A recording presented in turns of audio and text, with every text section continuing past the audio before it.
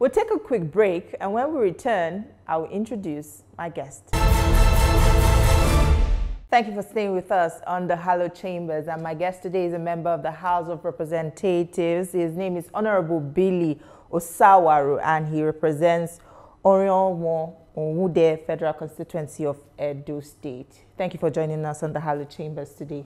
Thank you for having me. All right. Looking at the current situation in the country and the hardship Nigerians face, you know, the House of Representative members have taken a bold step in slashing their, monthly allowance by half. How far-reaching is this going to be in solving the challenge Nigerians face now? Well, it's a good way. It's a good place to start from. As a matter of fact, something is always better than nothing. This is just a demonstration for the Nigerian people to understand, as the people's representatives, we have always been there for them. This time we see, how things are going in the country. And we just felt it's always good to go out there, see what we can do. And I believe with this gesture at all, other corporate bodies and even government establishments will begin to look at this as something they need to emulate. Whichever way we can help the Nigerian people is good. So who is going to be tracking this? Who is going to see to the disbursement and ensure that, the money is reach who it's supposed to reach? Well, I'm sure that is going to be designed. The details will be worked out. And as you know, we oversight MDA's ministries, and we're going to oversight ourselves too, to make sure, whatever is put out there gets to where it's supposed to get to. And is it a one-time thing?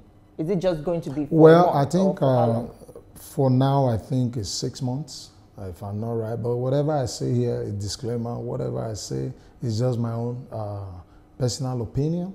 I don't speak for the House. We have a spokesman, so I just wanted to put that out. So I think, yes, from what I know so far, it's going to be at least for the first 6 months. And what other palliative measures should we expect from the House of Representatives in this regard, aside, slashing the salaries? Well, as you are aware, 2024 ZIP project has not been funded, and capital project as well. And lately, the presidency, has moved to see that those projects are funded. And we know when those projects are funded, I think that will bring succor to our people, because as you well know, 360 members representing, federal constituencies, that is Nigeria for you. So once these projects are funded, I think a lot of succor will come to our people. So these, of course, the ZIP program projects, some of them come in form of palliatives, food, and other income-generating projects. So it's going to be a lot of help. And we want to actually thank Mr. President, for listening.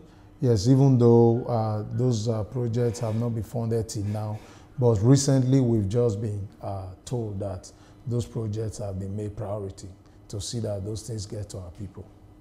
All right, moving on. The bill for a single-term presidency and governorship has passed first reading in the House of Representatives. Do you think Nigerians will welcome this development? Well, I guess it's still a working process, so it's just first reading. So I think the awareness has been brought now to the Nigerian people, so it's not left for everyone to go out there, do their own homework, and really see if this is something that's going to work for them. As you well know, people will bring these things on board, and it's left for the Nigerian people during the open hearing to come actually share their own opinion or what they feel about it. Would this make government officials sit up in the sense? What's the motive behind this bill, if I may ask? Well, I was not the mover of the bill. But you should be able to be exposed to some of the content of this bill. Yes, from what we know from the explanation of a single-term presidency. Well, it has its good and bad. If you ask me, of course, it has its good, because if you have a single presidency, I think that issue of going for a second term, will be out of, the table at that time. So when you have one single term presidency, You want to start from day one. You hit the ground running because you only have that period to actually deliver for your people and leave a legacy behind. You know, but again, if somebody knows that, well, I only have a single term presidency, there's no time people will have a review of my first term, then they can as well come to and do whatever they want to do and get out of there, because knowing that they don't have to account to anybody, it's just one term, they've gotten it, they can do whatever they like. So you look at that merit and demerit, and those are the things Nigerians should consider, you know, when looking at this bill. You co-sponsored a motion charging the Joint Investigative Committee on petroleum, downstream and midstream petroleum resources to, you know, conduct a probe to unravel the situation behind abnormalities in the petroleum sector. How far-reaching do you think this probe is going to be? Well, I think it passed.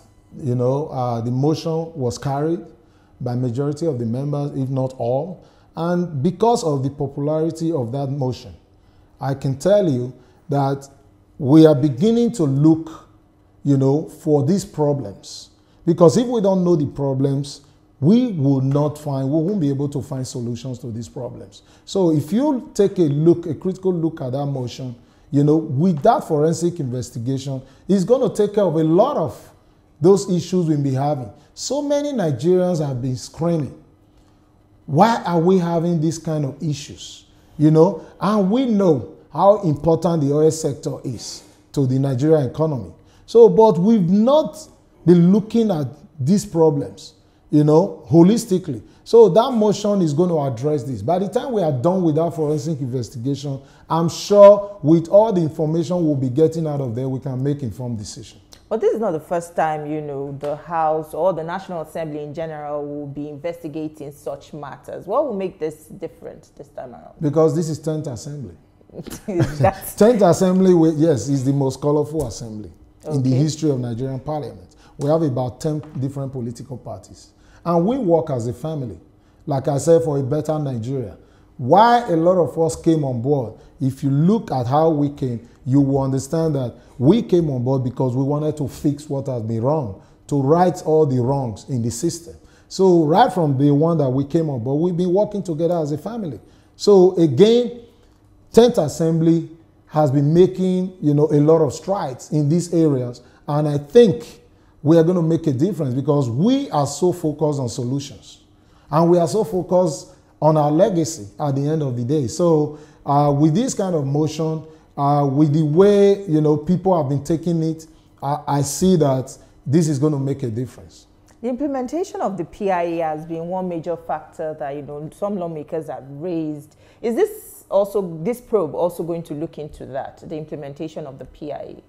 Well, I don't think we're going to go in detail, but again, as we begin to move on, there might be some reasons why we need to go look at some sessions of that. But again, for right now, just the way the motion stands, we are looking into, you know, the issues, you know, why we are having, you know, these queues, you know, and what is really wrong.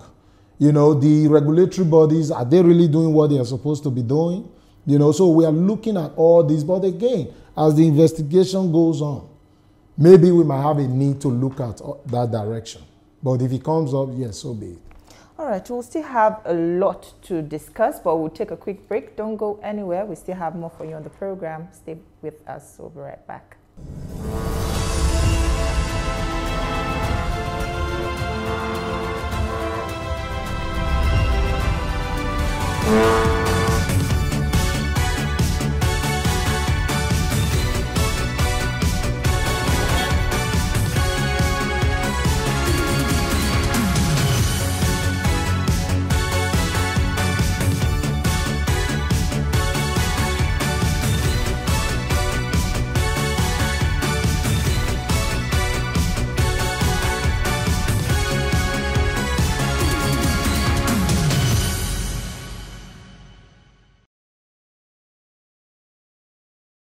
Glad to have you back. It's still the Halo Chambers, and with me in the studio is Honorable Billy Osawaru. Now, Nigeria now has a new minimum wage. The federal government and Labour have been able to come to an agreement on 70 1,000 naira minimum wage, and we expect to see this legislation come before the National Assembly for consideration and approval. But do you by any means see any resistance, maybe from the body language of your colleagues or from other Nigerians, to this current development?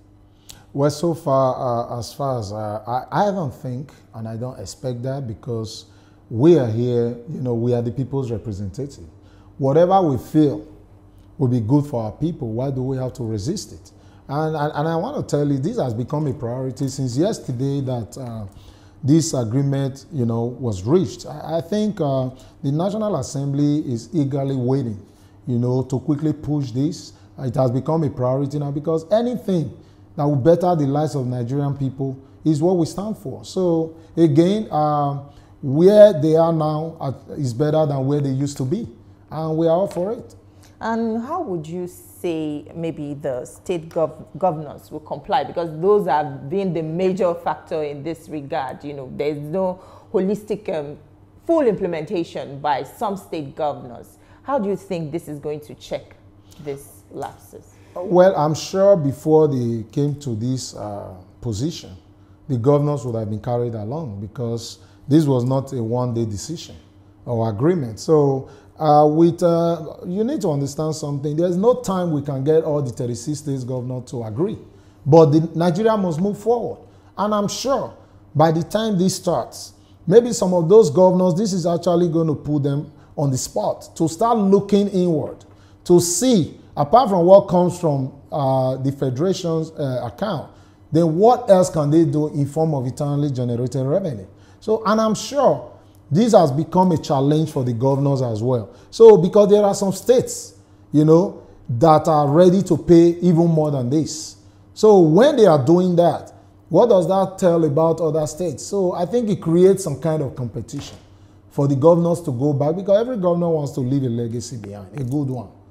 So I'm sure they will try their best to comply. Having the power of legislation, would we see on the part of the National Assembly maybe injecting a clause that will mandate compliance, Mandate compliance on the part of the governors? Governors, everyone involved. Well, I don't think that is part of our mandate as the National Assembly. That's why they have the state houses of assembly. So, but whatever is within our mandate, we'll take care of. But that of maybe mandating the governors, I'm not sure that's within our mandate to do. All right, let's take your view on the assessment of the House of Representatives so far. It's been 1 year. What's your assessment? Well, I will tell you, the House of Representatives has been doing very well under the able leadership of our Speaker, Mr. Speaker, Right Honorable Tajuddin Abbas, PhD. He's a man that is always there. He's always been there for us. With his leadership team, his Deputy Speaker, everybody, we've been working as a family. Yes, we've come in, through different vehicles as parties, but one thing we've been able to establish within the past 1 year is that, our family, as one. We've been working together. Yes, we've had our moments where we'll have to get into some very, very hard debates, but the truth is, considering the numbers of bills and motions we have moved, then you can really tell that this house is going to be one of the best, by the time we are done in the next 3 years. So again, looking at, the quality of motions and bills that we've been pushing, I have no doubt that in the next 3 years, Nigerians will be happy with this 10th Assembly. In the last 1 week, the House has lost 2 of its members. How has this impacted on the mood of the House of Representatives? And how would you say your colleagues will be missed? Yeah, it's really been tough for us. And you see, it's very tough, just like you lose a family member. These are people we used to sit down together to deliberate on motions, on bills, people we used to travel together on oversights, on retreats. But today they are no more. Sometimes it actually calls for a sober reflection. We look at what we do today. What legacies do we really want to leave behind? Because every single day counts for us now. Because those members are no longer here. But the ones that are still here, every day we give thanks to God. But again, we look at ourselves. I don't know when it's going to be my turn. So let me do what I can do right now, because when you are not here, what will you be judged by? How will people talk about you? You'll be given this opportunity out of 220 million Nigerians. You are one of the 360, to be in the House of Representatives. You are one of the 109 to be in the Senate. What will you be remembered by? So every single time we sit down and begin to reflect on all this. And again, as lawmakers, we want to do our best. All right. Speaking about doing your best, what impact in terms of legislations and, intervention in your constituency, how have your people felt your representation, you representing them in the National Assembly? There are three major functions that a lawmaker carries out or is expected to carry out. One is you make laws, right? Two is representation, and three is oversight. Yes, I can tell you, with the number of motions I have moved within the past 1 year, I've had more than 15 motions under my belt. 15? Yes, and I'm pushing 3 bills as we speak. And how far have they gone? Well, when you move motions, of course, they have a procedure. They usually refer them to the committees that are dealing with them. And I can tell you a lot of those things, even with the investigative motions. Some of them are being taken now. Even with the petitions, I've submitted, some have gone to public petitions, some have been laid to rest. And I can tell you, when it comes to, making laws, my people are very happy with me, because if you want to compare, you do a comparative analysis, with maybe other lawmakers, then you can tell that I'm not doing badly because of the number of motions I've been able to push in the House. But when it comes to representation, of course, this is my first year. This is my first budget. But I've still been able to really go out there to push things out for my people when it comes to it. There are little things you can always do, without you having to wait maybe for your constituency project or your capital project. I've been able to do those things. At least during the dry season, I've been able to go out there, with some equipment to see how we can run some roads. Even if you're not going to tar roads for your people, but you should still be able to grade roads for your people. I've been able to do that. I've been able to push out some solar lights out there for our people. I've been able to go on, some few medical outreach, distribute some educational materials. Those are little things we can actually do while we are waiting, for our zonal intervention projects to kick off. Those things I have done. Then oversight, of course. We usually don't stay in Abuja from Thursday to Monday. We are mostly out on oversight, because when you are doing oversight, you are not doing oversight only in the capital city. You're always out there. So there is barely a week that we don't go out there. Tomorrow we are out again to Uyo. From there we're going to Port Harcourt on oversight. Every single committee I belong to, I participate actively.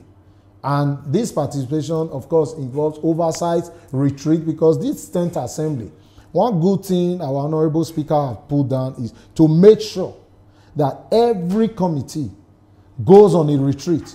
When you go on a retreat, the retreat is where you actually sit down with the stakeholders, to really get informed decision on what you are supposed to be doing when it comes to the agencies, the NDAs or ministries that you oversight. So we have taken that so seriously, because we believe if you don't have enough information, then you cannot make informed decision.